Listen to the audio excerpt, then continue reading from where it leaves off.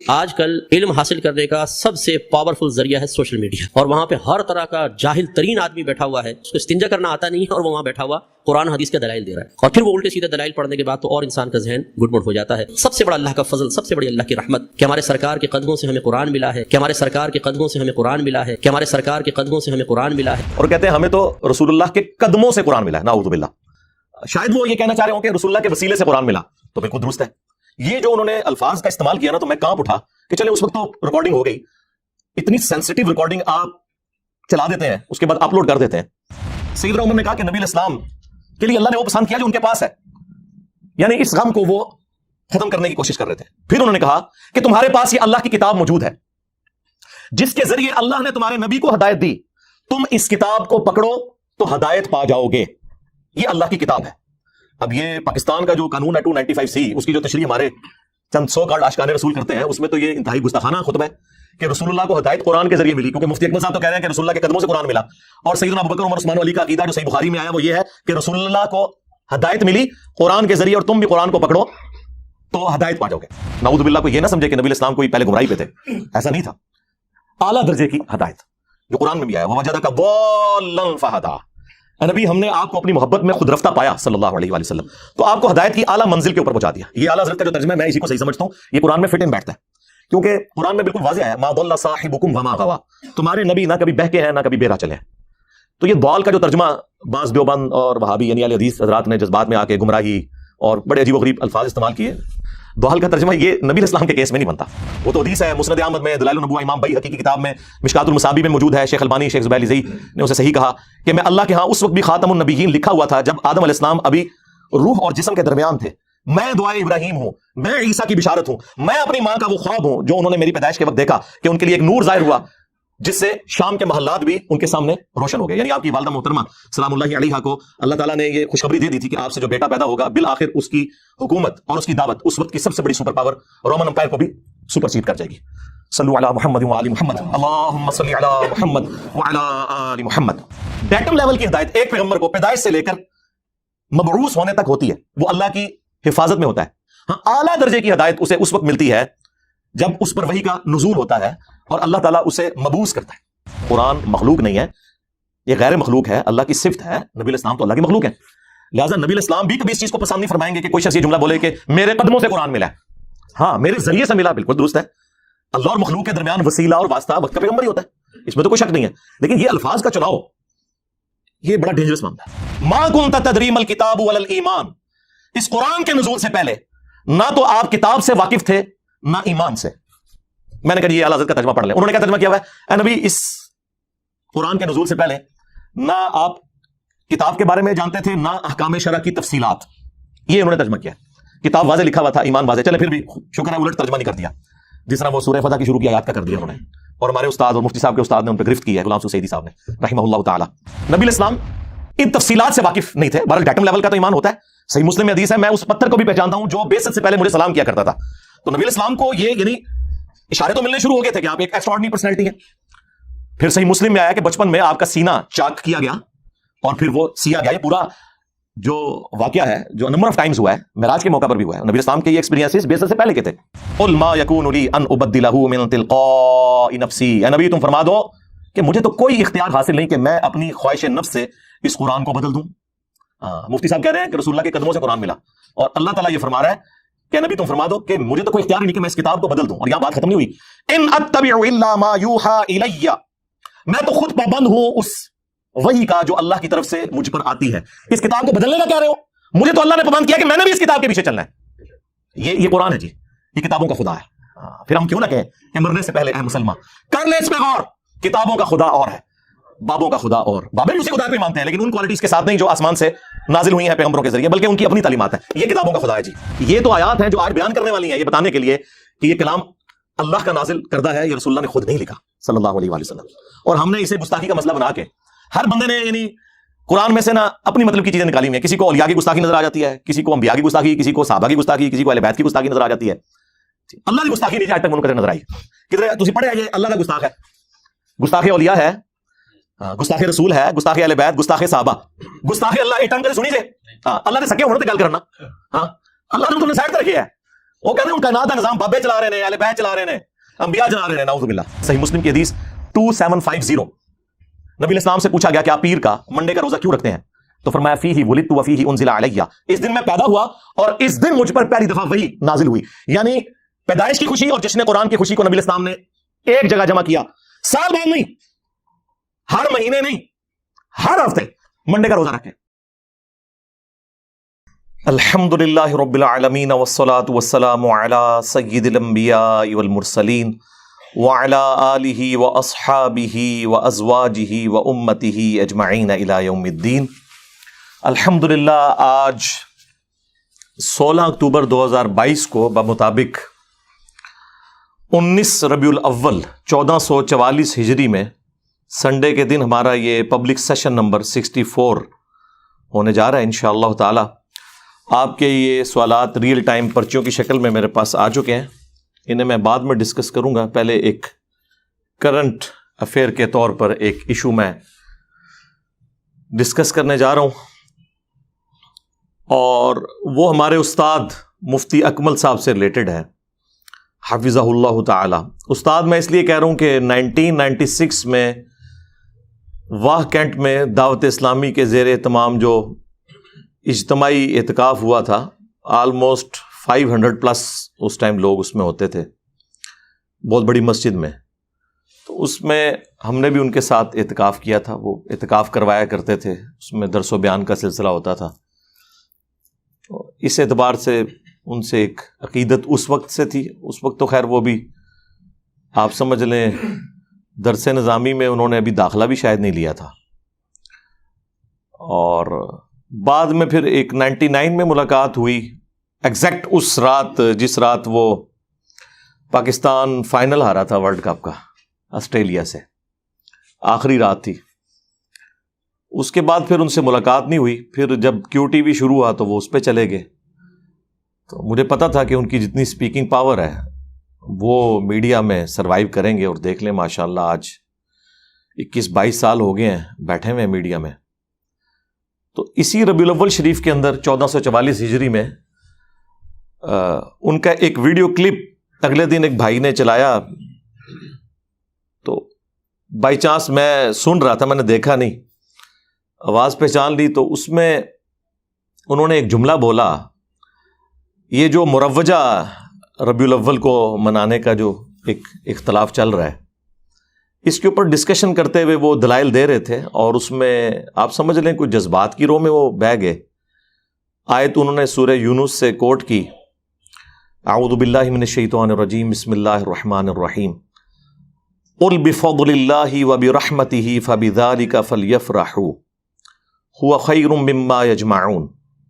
اے نبی ان سے فرماؤ کہ اللہ کے فضل اور رحمت کے ملنے کے اوپر چاہیے کہ خوب خوشیاں منائیں، یہ اس سے بہتر ہے جو دنیا کا انہوں نے متاع جوڑ رکھا ہے۔ اور اس کانٹیکسٹ میں انہوں نے نبی علیہ السلام کا ذکر خیر کیا، یقیناً آپ سے بڑی تو کوئی نعمت ہی نہیں اس امت کے لیے۔ اور پھر اس کانٹیکسٹ میں انہوں نے بات کرتے ہوئے کہا کہ نبی علیہ السلام کی پیدائش کی خوشی جو ہے وہ بدرجہ اولا منانی چاہیے، اور ساتھ انہوں نے ایک جملہ بولا کہ رسول اللہ کے قدموں سے ہمیں قرآن ملا ہے۔ آپ ذرا الفاظ پہ ذرا غور کریں، یہ کوئی علماء والے الفاظ نہیں ہیں کہ آپ اس کی کوئی تعویل کر لیں کہ قدموں سے مراد وہ لے رہے تھے کہ ان کے نقش قدم پہ چل کے ہم وہاں تک پہنچے۔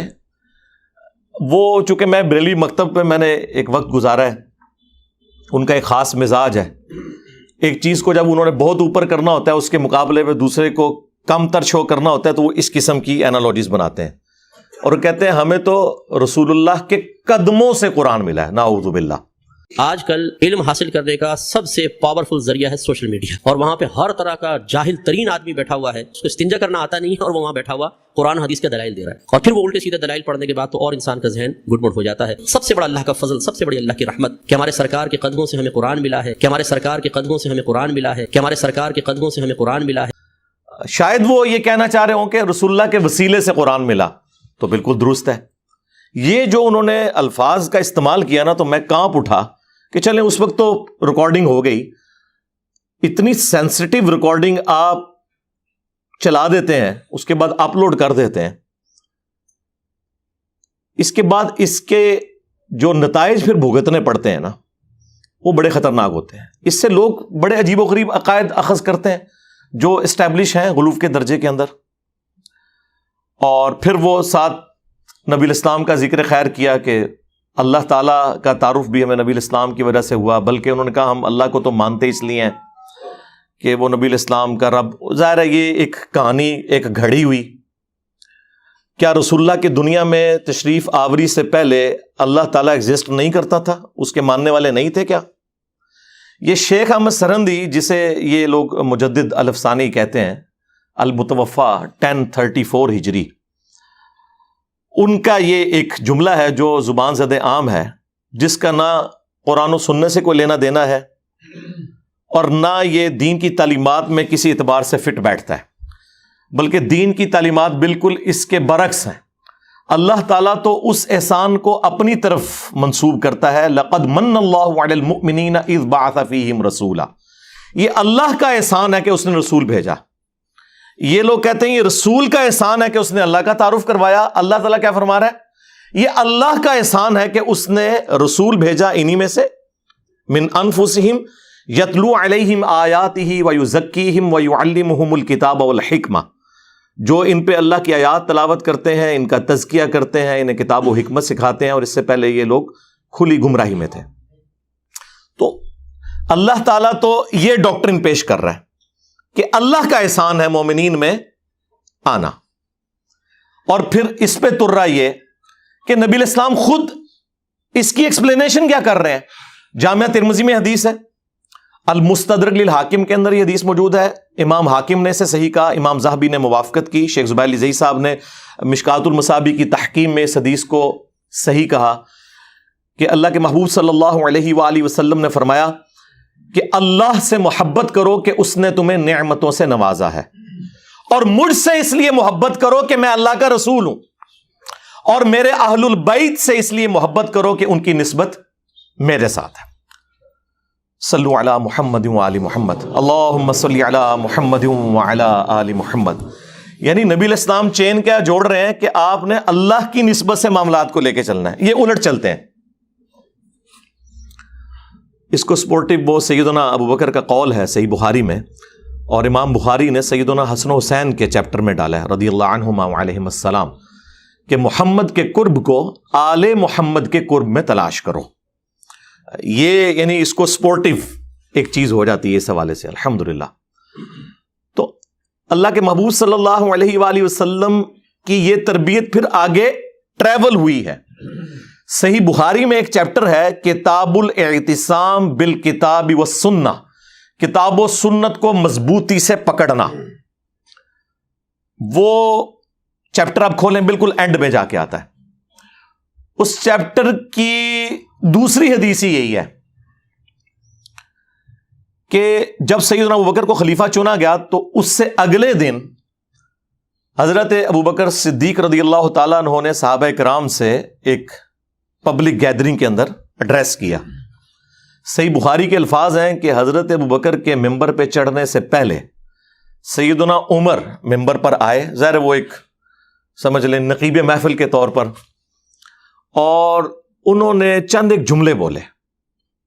وہ آپ کو رسول اللہ کی تربیت صلی اللہ علیہ وآلہ وسلم اور خلفائے راشدین کا عقیدہ, ظاہر ہے سیدنا ابوبکر کی موجودگی میں اگر حضرت عمر یہ خطبہ دے رہے ہیں اور مولا علی علیہ السلام بھی موجود ہیں, سیدنا عثمان بھی موجود ہیں رضی اللہ عنہم اجمعین وعلیہم السلام اجمعین, تو سب کی موجودگی میں حضرت عمر نے خطبہ دیا اور انہوں نے کہا, ظاہر ہے صحابہ کا غم تازہ تھا, انہوں نے کہا کہ اللہ تعالیٰ نے اپنے نبی علیہ السلام کے لیے وہ چیز پسند فرمائی جو اس نے اپنے پاس رکھی ہے. ظاہر ہے کسی بھی انسان کے لیے سب سے بڑا قرب اللہ کی ذات ہو سکتی ہے. یقیناً رسول اللہ کا دنیا سے جانا یہ ہمارے لیے تو ایک غم کا باعث ہے, لیکن اللہ کے نبی علیہ السلام کے لیے تو ایک جنتوں کا دروازہ, اللہ کے قرب کا دروازہ کھل گیا. وَلَلْآخِرَةُ خَيْرٌ لَكَ مِنَ الْأُولَى. ظاہر ہے آج کی جو رسول اللہ کی زندگی ہے وہ اس زندگی سے افضل ہے جو دنیا میں گزاری انہوں نے, اور قیامت کی اس سے افضل ہوگی, اور جنت کی اس سے بھی افضل ہوگی. ہر آنے والا لمحہ پہلے سے بہتر ہے. تو سیدنا عمر نے کہا کہ نبی علیہ السلام کے لیے اللہ نے وہ پسند کیا جو ان کے پاس ہے، یعنی اس غم کو وہ ختم کرنے کی کوشش کر رہے تھے. پھر انہوں نے کہا کہ تمہارے پاس یہ اللہ کی کتاب موجود ہے جس کے ذریعے اللہ نے تمہارے نبی کو ہدایت دی، تم اس کتاب کو پکڑو تو ہدایت پا جاؤ گے. یہ اللہ کی کتاب ہے. اب یہ پاکستان کا جو قانون ہے 295C، اس کی جو تشریح ہمارے چند سو کارڈ عاشقان رسول کرتے ہیں، اس میں تو یہ انتہائی گستاخانہ خطبہ ہے کہ رسول اللہ کو ہدایت قرآن کے ذریعے ملی، کیونکہ مفتی اکمل صاحب تو کہہ رہے ہیں کہ رسول اللہ کے قدموں سے قرآن ملا.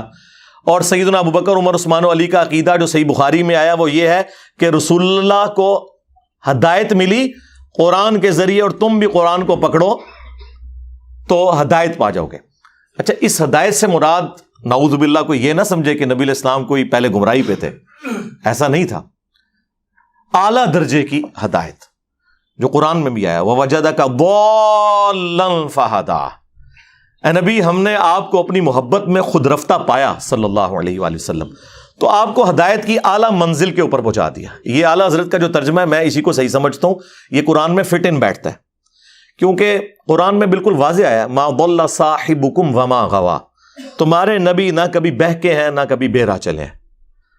تو یہ ضال کا جو ترجمہ بعض دیوبند اور وہابی یعنی اہل حدیث حضرات نے جذبات میں آ کے گمراہی اور بڑے عجیب و غریب الفاظ استعمال کیے، ضال کا ترجمہ یہ نبی علیہ السلام کے کیس میں نہیں بنتا. اور قرآن میں اس کی کئی ایک ایگزامپلس موجود ہیں. یوسف علیہ السلام کے بھائیوں نے اپنے باپ کا قرب حاصل کرنے کے لیے جو جملے بولے تھے سورہ یوسف میں کہ ہمارے والد جو ہیں یوسف سے زیادہ محبت کرتے ہیں جبکہ ہم ایک مضبوط جماعت ہیں. ان ابانا لفی ضلال مبین. بے شک ہمارے ابا جان تو ان کی محبت میں ڈوب چکے ہیں. یہ تو نہیں کہہ رہے تھے کہ ابا جان ہمارے گمراہ ہیں، ظاہر ہے وہ پیغمبر تھے اور پیغمبر کے بیٹے تھے، وہ پیغمبر کے صحابی تھے، ان کے ماننے والے تھے، کوئی کافر تو نہیں تھے. اور آگے بھی چل کے جب یوسف علیہ السلام کی خوشبو انہیں آتی ہے تو اور وہ کہتے ہیں اگر تم مجھے یعنی میرے بارے میں کوئی غلط گمان نہ کرو تو مجھے تو یوسف کی خوشبو آ رہی ہے. تو وہاں پر بھی ان کے گھر والے کہتے ہیں آپ تو اپنی اسی پرانی محبت میں ہیں. اور ضلالک القدیم کے الفاظ ہیں، تو اس میں جو سعودی عرب سے قرآن شائع ہوا ہے نا وہابیوں کا، صلاح الدین یوسف صاحب کا، انہوں نے بھی حاشیے میں لکھا ہے کہ یہاں جو ہے اس سے مراد گمراہی نہیں ہے بلکہ محبت میں ڈوبنا ہے. تو لہٰذا یہ اب جھگڑا چھوڑ دیں. میرا خیال ہے چپ کر کے جو اعلیٰ حضرت نے ترجمہ کیا ہے نا اسی کو صحیح مانے، وہ فٹ ان بیٹھتا ہے. مولانا مودودی رحمہ اللہ نے بھی، اور ایون ہمارے استاد ڈاکٹر اسراف صاحب رحمہ اللہ تعالیٰ، وہ بھی اس کا ترجمہ اسی انداز میں کرتے تھے.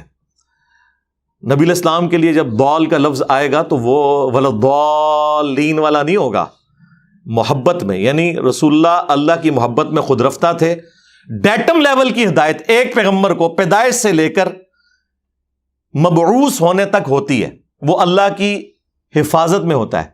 ہاں، اعلیٰ درجے کی ہدایت اسے اس وقت ملتی ہے جب اس پر وحی کا نزول ہوتا ہے اور اللہ تعالیٰ اسے مبعوث کرتا ہے. اس حوالے سے قرآن حکیم میں درجنوں آیات ہیں، لیکن 4 مقامات ایسے ہیں جو میں چاہ رہا ہوں کہ میں یہاں پر آپ کو ضرور اس حوالے سے بیان کر دوں تاکہ آپ کا عقیدہ درست ہو جائے کہ قرآن حکیم جو ہے وہ نبی علیہ السلام کی ہدایت کو بلند مرتبے تک بلکہ ایپیکس تک پہنچانے کا سبب بنا ہے. اور قرآن مخلوق نہیں ہے، یہ غیر مخلوق ہے، اللہ کی صفت ہے. نبی علیہ السلام تو اللہ کی مخلوق ہیں، لہٰذا نبی علیہ السلام بھی کبھی اس چیز کو پسند نہیں فرمائیں گے کہ کوئی شخص یہ جملہ بولے کہ میرے قدموں سے قرآن ملا ہے. ہاں، میرے ذریعے سے ملا، بالکل درست ہے. اللہ اور مخلوق کے درمیان وسیلہ اور واسطہ وقت کا پیغمبر ہی ہوتا ہے، اس میں تو کوئی شک نہیں ہے. لیکن یہ الفاظ کا چناؤ یہ بڑا ڈینجرس معاملہ ہے. یعنی وہ پیغمبر جس کے بارے میں صحیح مسلم میں حدیث ہے کہ ایک صحابی نے خطبہ دیتے ہوئے کہہ دیا من یطع اللہ ورسولہ فقد رشد، جس نے اللہ اور اس کے رسول کی اطاعت کی وہ کامیاب ہو گیا. ومن یعصہما، اور جس نے ان دونوں کی نافرمانی کی فقد غوا، وہ بہک گیا. اور حضور غصے میں آگے فرمایا بئس الخطیب انت، کتنا برا خطیب ہے تو، تجھے چاہیے تھا کہ تو کہتا وَمَن يَعْصِ اللَّهَ وَرَسُولَهُ فَقَدْ غَوَىٰ. صحیح مسلم 2010 نمبر حدیث ہے یہ.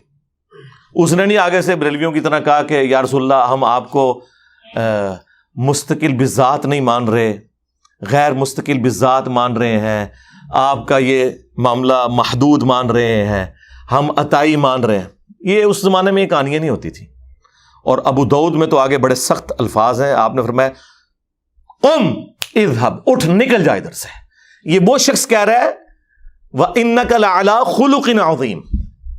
لیکن توحید اتنا سینسٹیو ایشو ہے کہ امام الموحدین صلی اللہ علیہ وآلہ وسلم کی ٹالرنس زیرو ہے، زیرو ٹالرنس ہے. اس لیے خدا کے لیے الفاظ کا چناؤ کرتے وقت ذرا غور کیا کریں کہ کیا نبی الاسلام آپ کے اس ایٹیچیوڈ سے خوش ہوں گے جس طرح کی آپ باتیں کر رہے ہیں. حالانکہ اس صحابی نے کوئی آؤٹ آف کانٹیکسٹ جملہ نہیں بولا، لٹریچر میں یہ پرفیکٹ جملہ تھا کہ جو اللہ اور اس کے رسول کی اطاعت کرے وہ کامیاب ہوا، جو ان دونوں کی نافرمانی کرے وہ ناکام ہوا. بلکہ یہ جملے کا عیب ہوتا ہے اس چیز کو ریپیٹ کرنا. جب وہ اللہ رسول کو الگ کر چکا تھا اس کے بعد دونوں کہنا کافی تھا، لیکن نبی الاسلام کو پتا تھا کہ اس سے دروازہ کھل جائے گا. تو آپ صلی اللہ علیہ وآلہ وسلم نے اتنے سخت الفاظ کے اندر اسے کنڈیم کیا. لیکن آپ کو حیران کن بات بتاؤں، آج تک میں درجنوں بریلوی اور دیوبندیوں کی مسجد میں جمعے کی نماز پڑھ چکا ہوں، آج تک وہ میں یہاں سے ہمائی پڑھتے ہیں. وہ پتہ نہیں کوئی انہوں نے لکھ کے ان کو خطبہ پکڑا دیا ہوا ہے. ابھی اگلے دن میں جماعت اسلامی کی مسجد میں پڑھ رہا تھا وہ میں یہاں سے ہما. دیوبندیوں کے پیچھے کافی عرصہ میں نے پڑھا، بریلویوں کے پیچھے، وہ آج تک اس طرح ہی چل رہا ہے. کیونکہ ظاہر ہے جب درس نظامی میں آپ کو فقہ پڑھائی جائے اور آخری دورہ حدیث ہو، جس طرح وہ اینڈ پہ دودھ پتی کا دورہ ہوتا ہے مجلس کے، تو وہ کس کو یاد رہنی ہے، اور وہ بھی سلیکٹو سٹڈی کے طور پر. تو یہ ایک بہت بڑا ایک ایشو ہے ہمارا اس پورے کے پورے سسٹم کا. خیر وہ میں آپ کو نبی الاسلام کا جو عقیدہ اور خلفائے راشدین کا عقیدہ تو یہ کور ہوا اس میں. اب میں آپ کو وہ آیت مبارکہ بتاتا ہوں. سورہ الشورى، پارہ نمبر ہے 25، سورت نمبر ہے 42. اس کے اینڈ پہ جا کے اللہ تعالیٰ نے یہ عقیدہ بالکل کلیئر کر دیا. میرے پاس ایک بار میرے والد صاحب کے ایک دوست، بلکہ ہمارے وہ پیر بھائی بھی سیال شریف وہ بیت تھے، ابھی بھی ہیں ماشاءاللہ، ڈاکٹر صاحب. وہ آئے تو ان دنوں میں نیا گمراہ ہوا تھا، 2008 کی بات ہے. تو مجھے آتے ہی انہوں نے پہلا سوال کیا کہ آپ کا نبی اسلام کے بارے میں کیا عقیدہ ہے کہ آپ کو نبوت کب ملی؟ میں نے کہا جی جو آپ کا عقیدہ ہے کہ عمر مبارک جب 40 سال ہوئی تو آپ مبعوث ہوئے. بہرحال نبی پیدائش سے لے کر اس وقت تک اللہ کا پیغمبر ہوتا ہے، وہ اللہ کی حفاظت میں ہوتا ہے. اور میں نے کہا یہ اعلیٰ حضرت نے بھی یہی لکھا ہوا ہے. کہتے ہیں کدھر لکھا ہے؟ میں نے کہا یہ کنز الایمان شریف میں نے اتار لیا اور میں نے کہا یہ سورہ الشورى میں پڑھنے لگا ہوں. جو اس سے عقیدہ بنتا ہے اعلیٰ حضرت کا ترجمہ پڑھوں گا. آپ مجھے بتا دیں کہ میں اس کے علاوہ کوئی اور عقیدہ رکھ سکتا ہوں. خیر وہ جب انہوں نے سنا خاموش ہو گئے. مانا یا نہیں مانا یہ الگ بات ہے، لیکن خاموش ہو گئے. یہ وہ آیات ہیں جی، آیت نمبر 51 وَمَا كَانَ لِبَشَرٍ أَن يُكَلِّمَهُ اللَّهُ. اور کسی انسان کی یہ شان ہی نہیں کہ اللہ تعالیٰ اس سے کلام کرے، الا وحیًا. ہاں یہ ہے کہ اللہ تعالیٰ اس پر وحی بھیجے، یعنی ایکسیپشن دی جا رہی ہے پیغمبروں کی. او من وراء حجاب، یا پھر پردے میں اللہ تعالیٰ گفتگو فرمائے، جس طرح کہ موسیٰ علیہ السلام کے ساتھ ہوئی کوہ طور پر، اور ہمارے محبوب صلی اللہ علیہ وآلہ وسلم کے ساتھ ہوئی شب معراج. او یرسل رسولا، یا اس کی طرف کوئی رسول بھیج دے، فیوحی بإذنہ ما یشاء، اور وہ وحی کر دے اللہ تعالیٰ کے اذن کے ساتھ، جو اللہ تعالیٰ اذن دے. جو کچھ اللہ تعالیٰ نے وحی کرنا ہے وہ پیغمبر کی طرف وحی کر دے وہ فرشتہ. انہ علی حکیم، بے شک وہ اونچا ہے، حکمت والا ہے، بلند و بالا ہے. وَكَذَلِكَ أَوْحَيْنَا إِلَيْكَ، اور بالکل اس طریقے سے اے نبی ہم نے آپ کی طرف بھی وحی کی. روحم من امرنا، اپنی طرف سے امر روح. روح جو امر بھی ہے، اچھا روح کا لفظ حضرت جبرائیل کے لیے بھی آیا ہے، روح کا لفظ قرآن کے لیے بھی آیا وحی کے لیے, اور روح نبی الاسلام کے لیے بھی ہے.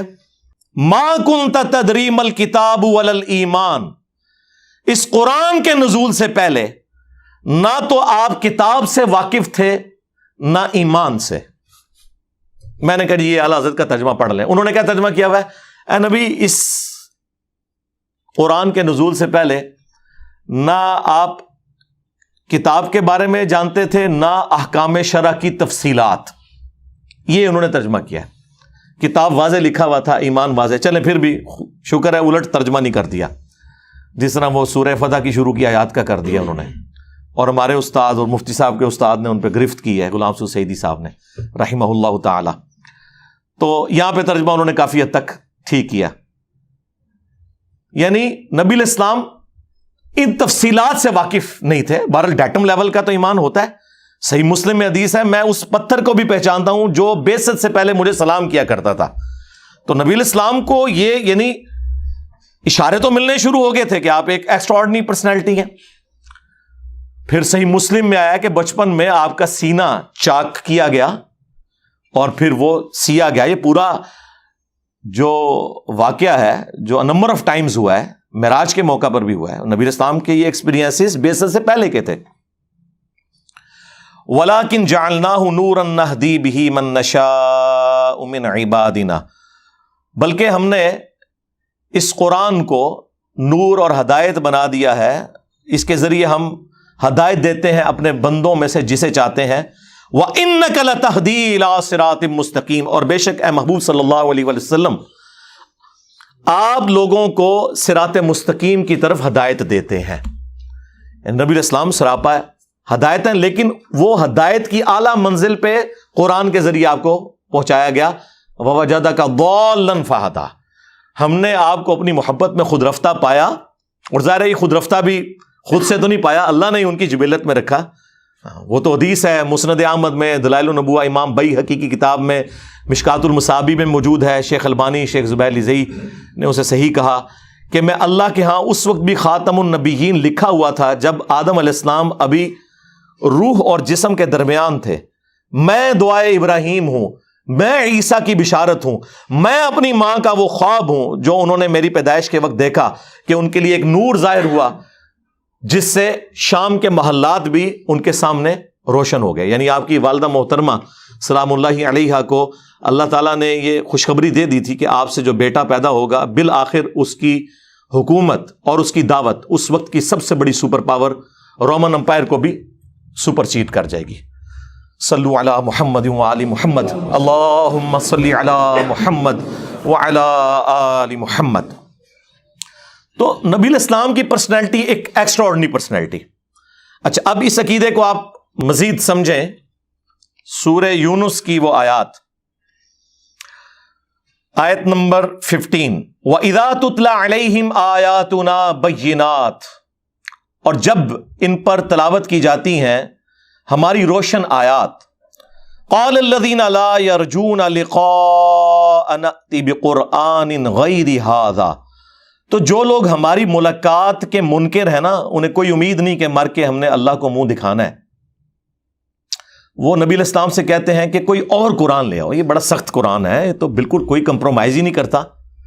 جس طرح آپ کو بھی لوگ کہتے ہیں میٹھی میٹھی باتیں کریں, یہ سیم باتیں نبی علیہ السلام کو بھی لوگ کرتے تھے کہ یہ قرآن تو سیدھے سیدھے فتوے ہیں, تو قرآن بدلو, کوئی اور قرآن لے کر آؤ.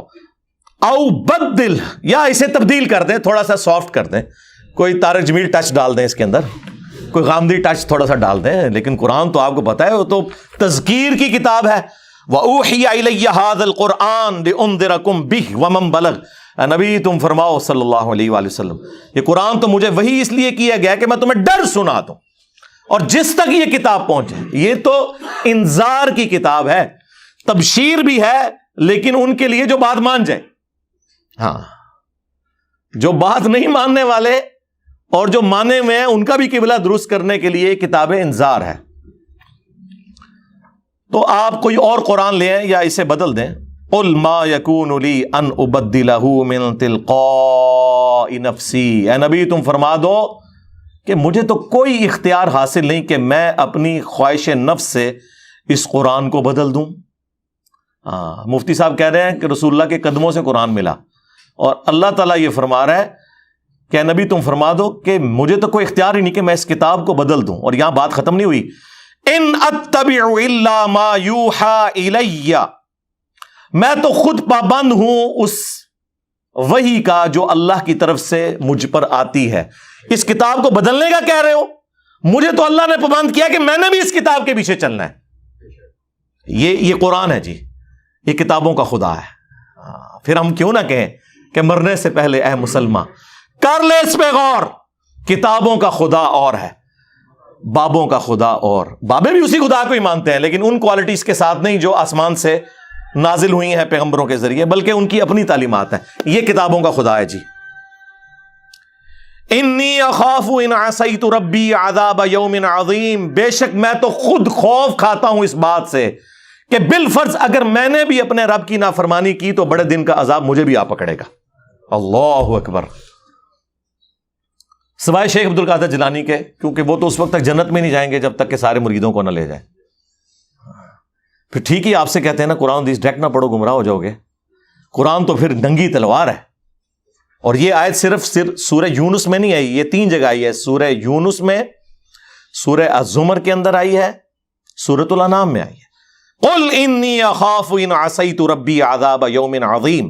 نبی تم فرماؤ کہ میں تو خود اس بات سے خوف کھاتا ہوں کہ بالفرض اگر میں نے بھی اپنے رب کی نافرمانی کی تو بڑے دن کا عذاب مجھے بھی آ پکڑے گا. اور ایک اور آیت ہے سورہ بنی اسرائیل میں، یقین کریں میں جب وہ آیت پڑھتا ہوں نا، وہ تو ڈاکٹر سرار صاحب بھی پڑھتے ہوئے خوف کھا گئے تھے یقیناً. اس کا آپ ترجمہ آپ نے اعلیٰ حضرت کا پڑھ لینا ہے اور پھر مجھے بتانا ہے کہ میں نے کہیں پہ کوئی ڈنڈی ماری ہے تو آپ مجھے پکڑ لیں. سورہ بنی اسرائیل میں اللہ تعالیٰ نے نبی اسلام کے حوالے سے ذکر کیا. اب یہ ظاہر ہے سمجھانے کے لیے، کافروں پر غصہ ہے، لیکن ظاہر ہے کہ اللہ تعالیٰ اپنی تعلیمات میں تو بہت اسٹرکٹ ہے. آیت نمبر ہے 73. وَإِن كَادُوا لَيَفْتِنُونَكَ عَنِ الَّذِي أَوْحَيْنَا إِلَيْكَ، اور یہ لوگ تو تلے ہوئے ہیں اے نبی علیہ السلام کہ آپ کو ہٹا دیں اس وحی سے جو ہم نے آپ کی طرف کی ہے. یعنی کافروں کا پورا پریشر ہے کہ آپ قرآن کی اتباع کرنا چھوڑ دیں. نعوذ باللہ. لِتَفْتَرِيَ عَلَيْنَا غَيْرَهُ، تاکہ آپ ہماری طرف کوئی جھوٹی بات منسوب کر دیں. وہی جو سورہ یونس میں آیا تھا نا کہ قرآن کو بدلو یا کوئی اور قرآن لے کر آؤ، اسی کی ایکسپلینیشن ہے کہ یہ بھی تلے ہوئے ہیں کہ آپ اس وحی سے ہٹ جائیں اور کوئی اپنی طرف سے بات بنا کے ہماری طرف منسوب کرتے ہیں. وَإِذًا لَاتَّخَذُوكَ خَلِيلًا، اور اگر ایسا ہو جائے تو پھر یہ آپ کو دوست بنا لیں گے کہ ہاں جی بالکل ٹھیک ہے، اس طرح نہیں گلاں کرو نا، کوئی کمپرومائز کرو. ٹھیک ہے جی، یہ کیوں یا کچھ اپنی مانے کچھ ہماری منوائیں. وَلَوْلَا أَن ثَبَّتْنَاكَ، اور اے نبی اگر ہم آپ کو ثابت قدم نہ رکھتے، اللہ نے اپنی طرف منسوب کیا. لَقَدْ كِدتَّ تَرْكَنُ إِلَيْهِمْ شَيْئًا قَلِيلًا، تو یقیناً آپ بھی کچھ نہ کچھ کافروں کی طرف جھک ہی جاتے، یعنی گمراہ نہیں ہو جاتے. مراد یہ کہ اگر ہم آپ کو نہ تھامتے تو آپ بھی کوئی کمپرومائز ان کے ساتھ تھوڑا بہت کر لیتے. اذا لأذقناك ضعف الحیات وضعف الممات، اور اگر ایسا ہوتا تو ہم آپ کو دنیا کی زندگی میں بھی دگنا عذاب دیتے اور آخرت کی زندگی میں بھی دگنا عذاب دیتے. ثم لا تجدوا لك علينا نصيرا، اور پھر آپ ہمارے مقابلے پہ کسی کو اپنا مددگار بھی نہ پاتے. اے نبی اگر آپ کوئی ایسا کام کر دیتے، ظاہر ہے کہ ایسا ہوا نہیں ہے، یہ سمجھانے کے لیے، لیکن یہ آپ کو سینسٹیوٹی بتا دے گا اللہ تعالیٰ کی توحید کے معاملے میں. ایک تو یہ سخت آیات ہیں، اور ایک اور سورۃ الحاقہ کا آخری رکوع. میں نے جب پہلی بار پڑھا تھا تو میں ہل گیا تھا کہ یار دیکھیں یہ بھی تو قرآن میں آیات تھی نا، اور ان آیات کی تلاوت وہ بارِ شریعت میں لکھا ہوا ہے کہ اس قسم کی جو آیات ہے نا ان کی صرف تلاوت کی جائے گی، ان کا ترجمہ یا تفسیر یا درس و بیان کرنا حرام ہے. ہاں جی ہاں، یعنی وہ اللہ کو ٹیچ کرنا چاہ رہے ہیں کہ یہ تو نے جو قرآن نازل کیا ہے نا، یہ ہم ڈیسائیڈ کریں گے کہ کون سی چیز پڑھنی ہے کون سی نہیں. اللہ اکبر. تنزیل من رب العالمین، سورۃ الحاقہ آیت نمبر 43. قرآن یعنی اللہ تعالیٰ فرما رہا ہے کہ یہ رب العالمین کی طرف سے نازل ہوا ہے. وَلَوْ تَقَوَّلَ عَلَيْنَا بَعْضَ الْأَقَاوِيلِ، اور اگر یہ نبی علیہ السلام ہماری طرف کوئی بات منسوب کر دیتے نا خود سے، لَأَخَذْنَا مِنْهُ بِالْيَمِينِ، تو ہم ان کا داہنا ہاتھ پکڑتے، ثُمَّ لَقَطَعْنَا مِنْهُ الْوَتِينَ، اور ہم ان کی رگے جان کاٹ دیتے اگر یہ بھی ہماری طرف کوئی بات ایسی منسوب کرتے جو ہم نے وہی نہیں کی. فَمَا مِنْكُمْ مِنْ أَحَدٍ عَنْهُ حَاجِزِينَ، اور پھر تم میں سے کوئی ایک بھی ایسا نہ ہوتا جو ان کو ہم سے بچا سکتا. وَإِنَّهُ لَتَذْكِرَةٌ لِّلْمُتَّقِينَ، اور یہ قرآن اور نبی علیہ السلام دونوں نصیحت ہیں ان کے لیے جو ڈر جائیں، جو بات مان لیں. یہ آیات ہیں. یہ آیات یہاں پہ یہ کنفلکٹ بن گیا کہ اس سے کوئی شان رسالت میں تنقیص ہو رہی ہے. میں کہتا ہوں جی ان آیات کے سوا ہمارے پاس کوئی آیتیں ہی نہیں ہیں یہ ثابت کرنے کے لیے کہ یہ کتاب رسول اللہ نے نہیں لکھی. جو شخص کتاب خود لکھتا ہے اپنے بارے میں یہ کچھ لکھے گا. میں نے وہ سلمان رشدی کے کتاب کا جب پوسٹ مارٹم کیا تھا پچھلے دنوں سٹینک ورسز کا، اس میں بھی میں نے یہ آیات کوٹ کی تھی کہ کوئی بھی آتھر جب بک لکھتا ہے وہ اپنے بارے میں اس طرح کی باتیں نہیں کبھی لکھتا. یہ تو آیات ہیں جو آج بیان کرنے والی ہیں، یہ بتانے کے لیے کہ یہ کلام اللہ کا نازل کردہ ہے، یہ رسول اللہ نے خود نہیں لکھا صلی اللہ علیہ وآلہ وسلم. اور ہم نے اسے گستاخی کا مسئلہ بنا کے ہر بندے نے یعنی قرآن میں سے نا اپنی مطلب کی چیزیں نکالی ہوئی ہیں. کسی کو اولیاء کی گستاخی نظر آ جاتی ہے، کسی کو انبیاء کی گستاخی، کسی کو صحابہ کی گستاخی، کسی کو اہل بیت کی گستاخی نظر آ جاتی ہے. اللہ دی گستاخی نہیں جی آج تک منو کدھر نظر آئی. کدھر تسی پڑھے ہے یہ اللہ دا گستاخ ہے، گستاخ اولیاء ہے، گستاخ رسول ہے، گستاخ اہل بیت، گستاخ صحابہ، گستاخ اللہ. یہ ٹرم کدے سنی جے؟ ہاں اللہ دے سکے ہونے تے گل کرنا. ہاں اللہ نے انہوں نے سائڈ تے رکھے ہے. وہ کہنے ان کائنات دا نظام بابے چلا رہے نے، اہل بیت چلا رہے نے، انبیاء چلا رہے نے، نعوذ باللہ. اب یہ یعنی وہ بعض تو منہ سے بول کے کہتے ہیں، بعض بغیر بولے ہوئے کہہ رہے ہوتے ہیں. ٹھیک ہے، اور چھڑ دو وچ عبد القادر پہ گیا جائے. اور جواد نقوی صاحب نے بڑی پیاری بات کی. انہوں نے کہا کہ غالی شیعہ قادیانیوں سے بدتر ہیں. انہوں نے اپنے شیعہ کے بارے میں بات کی اور کہا کہ قادیانی تو رسول اللہ کے ساتھ شرک کرتے ہیں نا، ہمارے غالی شیعہ اللہ کے ساتھ شرک کر رہے ہیں جب علی اللہ کہتے ہیں، حسین جل جلالہ. اور پھر انہوں نے اگلا ایک جملہ بولا، تسی سنی خوش ہو رہے ہونے، انہوں نے کہا کہ سنی غالی نے نا وہ ساڑھے شیعہ تو بھی گئے گزرے نے، کیونکہ شیعہ تو پھر بھی اللہ والا معاملہ کرتے ہیں. یہ تو کہتے ہیں عبد القادر بھی چھپایا گیا جائے، یعنی یہ عبد القادر جیلانی کو اللہ سے بھی اوپر لے جاتے ہیں. شرک سے بھی اگلی بات ہے. اور یہ گراؤنڈ ریالٹیز ہیں. اگر کوئی اس سے آنکھیں بند کرے ہمیں تو کوئی دھوکہ نہیں دے سکتا. میرے سے بڑا کون سا بریلوی رہا ہے، 31 سال تک میں بھی بریلوی رہا ہوں. ہمیں پتا تھا کہ یہ سب کچھ اسٹیبلش عقیدے ہیں ان کے، عوام میں بتانے کے لیے کچھ، خواص میں بتانے کے لیے کچھ، کتابوں میں لکھنے کے لیے کچھ، جوڈیشری میں ثابت کرنا پڑے تو کچھ اور. تو وہ بات مفتی اکمل صاحب حفظہ اللہ تعالی سے شروع ہوئی تھی. ہم انہیں کہیں گے کہ آپ اس کے اوپر رجوع ریکارڈ کروائیں اپنا، اور اپنے الفاظ کے چناؤ کو. میں وہ والا کام نہیں کروں گا بریلویوں والا، گستاخ ہو گیا 295C لا دو، ایک ہی سزا سر تن سے جدا. نہیں، بٹ ٹھیک ہے، سلپ آف ٹنگ ہو گیا ہے، جذبات میں کوئی بات کر دی ہے، ٹھیک ہے. ہم علمی طریقے سے اپنا مقدمہ آپ کے سامنے رکھیں گے، آپ کی عوام کے سامنے رکھیں گے، ٹھیک ہے. اب وہ جو آپ نے میلاد کے حوالے سے بات کی تھی اس میں بھی تھوڑا سا میں عرض کر دوں کہ وہ جو آپ نے آیت پڑھی تھی نا وہ تو قرآن کے بارے میں تھی تعویل خاص کے اعتبار سے. اس سے جو پچھلی آیت ہے سورہ یونس کی آیت نمبر 57، اس میں اللہ تعالیٰ کیا فرما رہا ہے؟ یا ایھا الناس قد جاءتکم موعظۃ من ربکم وشفاء لما فی الصدور وہدی ورحمۃ للمؤمنین. اے پوری انسانیت، بے شک تمہارے پاس آ گئی ہے کون سی کتاب ہے؟ جو واعظ ہے اور شفا ہے دلوں کی بیماریوں کی، سب سے بڑی بیماری شرک، اور مومنین کے لیے اس میں رحمت ہے، ہدایت ہے۔ اور پھر ساتھ آیا قل بفضل اللہ وبرحمتہ فبذالک فلیفرحوا، اے نبی ان سے فرماؤ کہ اللہ کی رحمت اور فضل کے اوپر ان کو چاہیے خوب خوشیاں مناؤ، یعنی جشن قرآن مناؤ۔ یہ نہ کہو کہ قرآن ڈائریکٹ پڑھو گے تو گمراہ ہو جاؤ گے، اے جشن قرآن ہے اور رہ جاتے حدیث ڈائریکٹ نہ پڑھو گمراہ ہو جاؤ گے، یہ جشن قرآن ہے۔ ہاں اس کی کرالری میں نبی علیہ السلام کو بھی آپ بالکل، آپ علیہ السلام بھی اللہ کی نعمت ہے، اس میں کوئی شک نہیں۔ لقد من اللہ علی المؤمنین اذ بعث فیہم رسولا، اللہ کا احسان ہے، وہ نعمت ہے کہ جس کا احسان اللہ تعالیٰ نے مومنین کے اوپر جتایا ہے۔ وما ارسلناک الا رحمۃ للعالمین، نبی علیہ السلام تو رحمت ہے تمام جہان والوں کے لیے۔ کرالری کے طور پہ درست ہے آپ کی بات۔